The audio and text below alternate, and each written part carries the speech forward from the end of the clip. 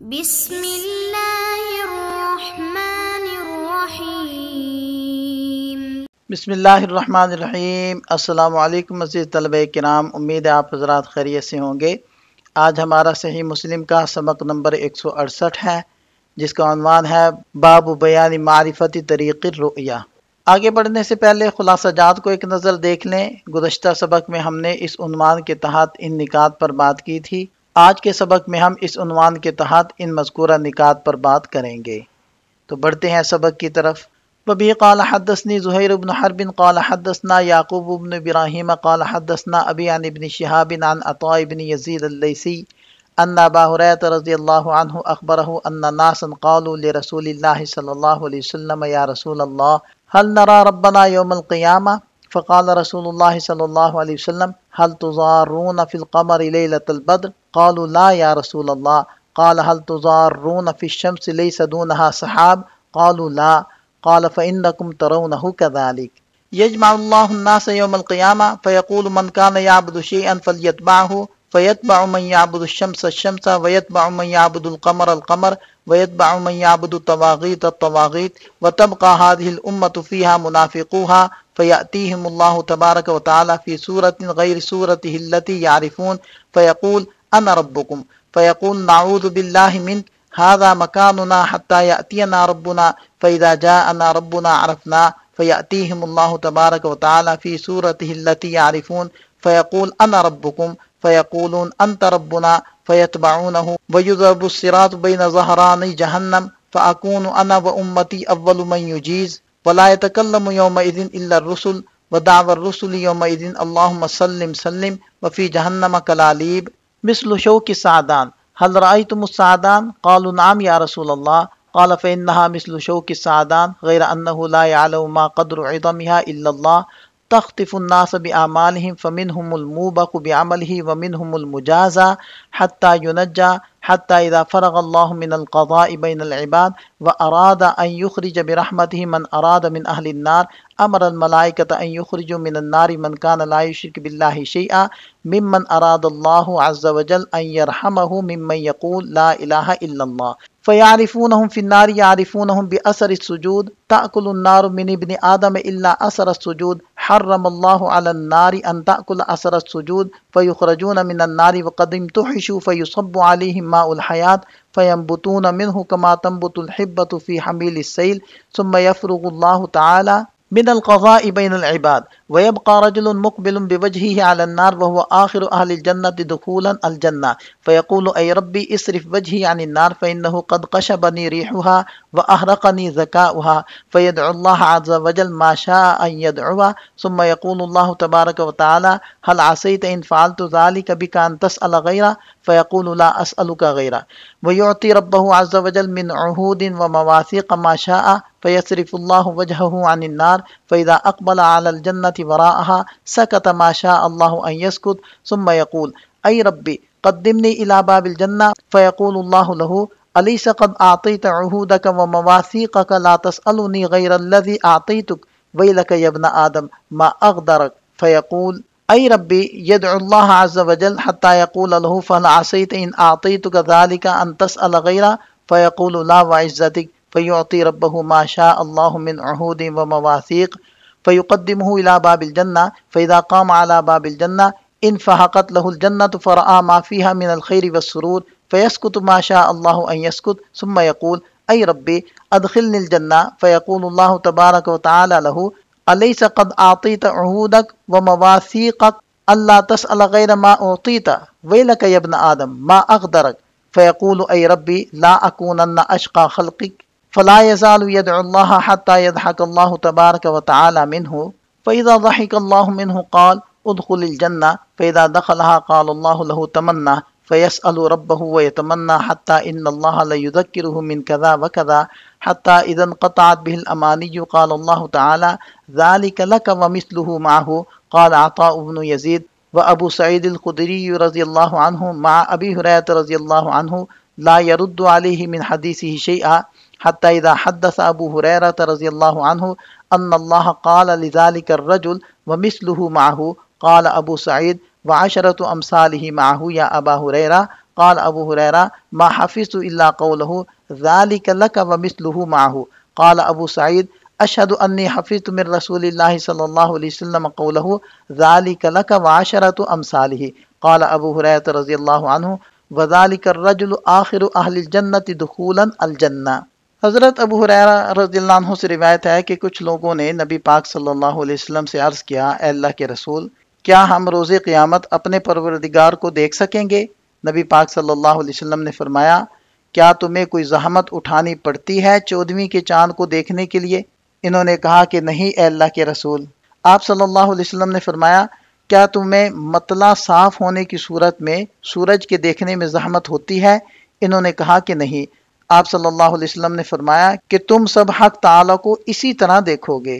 حق تعالیٰ قیامت کے دن تمام لوگوں کو جمع فرمائیں گے اور ارشاد ہوگا کہ جو جس چیز کی عبادت کرتا تھا وہ اسی کے پیچھے جائے، تو سورج کا پجاری سورج کے، اور چاند کا پجاری چاند کے، اور شیطان و طاغوت کا پجاری ان طواغیت کے پیچھے چل پڑے گا، اور یہ امت محمد صلی اللہ علیہ وسلم مع منافقین کے باقی رہ جائیں گے۔ پھر اللہ تعالیٰ دوسری صورت میں ان کے پاس آئیں گے، اس صورت کے علاوہ جس کو وہ پہچانتے ہوں گے، اور کہیں گے کہ میں تمہارا رب ہوں۔ وہ کہیں گے نعوذ باللہ منک، جب تک ہمارا رب آئے ہم یہیں بیٹھے ہیں، جب ہمارا رب آئے گا تو ہم اسے پہچان لیں گے۔ پھر اللہ تعالیٰ اسی صورت میں آئیں گے جس کو وہ جانتے ہوں گے، جس کو وہ پہچانتے ہوں گے، اور فرمائیں گے کہ میں تمہارا رب ہوں۔ وہ کہیں گے ہاں آپ ہمارے رب ہیں۔ پھر وہ ان کے ساتھ ہو جائیں گے۔ پھر پل صراط کو جہنم کے اوپر رکھ دیا جائے گا، تو میں اور میری امت سب سے پہلے اسے عبور کریں گے، اور اس روز کسی کو گفتگو کی اجازت نہ ہوگی سوائے انبیاء علیہم الصلوات و تسلیمات کے، اور ان کا کلام اس دن یہ ہوگا اللہم سلم سلم، اے اللہ بچائیے بچائیے، اور جہنم میں آنکڑے ہوں گے سادان کے کانٹوں کی طرح۔ کیا تم نے جھاڑی سادان کو دیکھا ہے؟ صحابہ کرام نے عرض کیا کہ جی ہاں اے اللہ کے رسول۔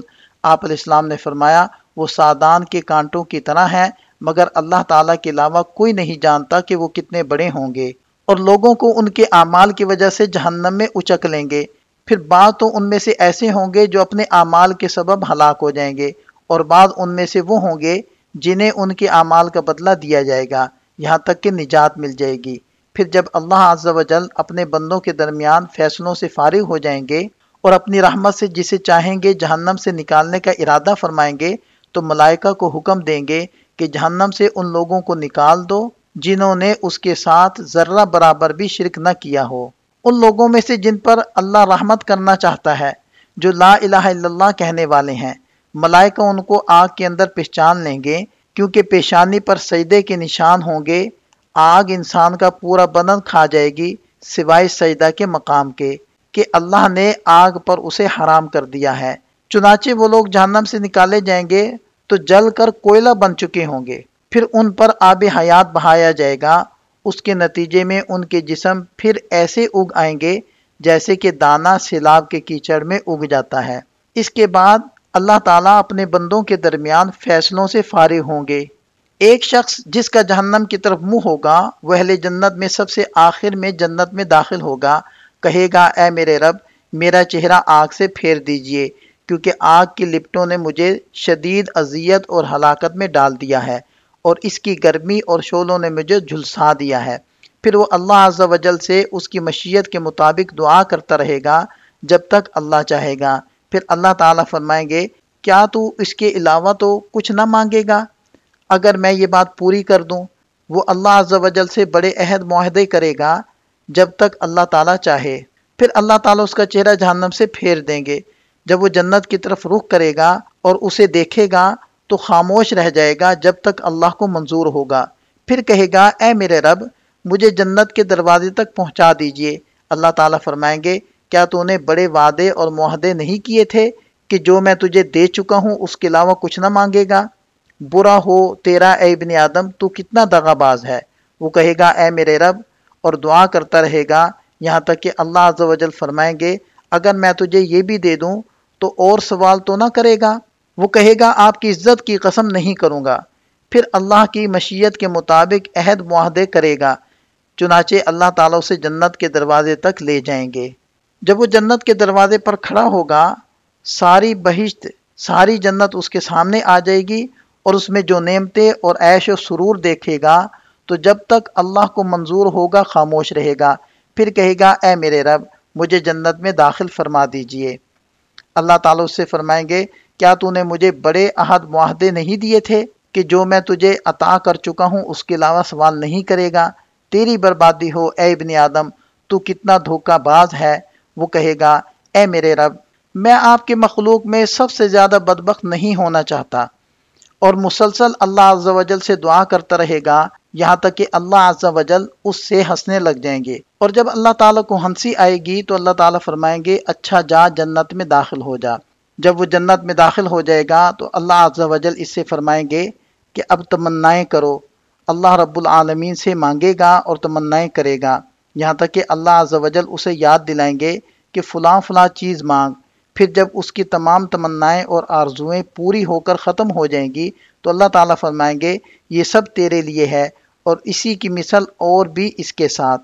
حضرت عطا ابن یزید کہتے ہیں کہ حضرت ابو سعید خدری رضی اللہ عنہ نے بھی یہ حدیث روایت کی ہے، اور اس میں حضرت ابو ہریرہ رضی اللہ عنہ کے موافق ہی تھے، مگر جب حضرت ابو ہریرہ رضی اللہ عنہ سے فرمایا کہ اللہ تعالیٰ اسے کہیں گے یہ تیرے لیے ہے اور اس کے مثل اور بھی، تو حضرت ابو سعید نے فرمایا 10 گنا اس کے مثل ملیں گے اے ابو ہریرہ۔ حضرت ابو ہریرہ رضی اللہ عنہ فرمایا کہ مجھے تو سوائے اس کے کہ آپ صلی اللہ علیہ وسلم نے یہ فرمایا کہ یہ تیرے لیے ہے اور اس کے مثل اور بھی، اور کچھ یاد نہیں۔ حضرت ابو سعید خدری رضی اللہ عنہ نے فرمایا میں گواہی دیتا ہوں کہ میں نے نبی پاک صلی اللہ علیہ وسلم سے آپ کا یہ قول یاد کیا ہے کہ آپ علیہ السلام نے فرمایا یہ سب تیرے لیے ہے اور اس جیسے 10 گنا۔ پھر حضرت ابو ہریرہ رضی اللہ عنہ نے فرمایا وہ دخول جنت کے اعتبار سے سب سے آخری جنتی ہوگا۔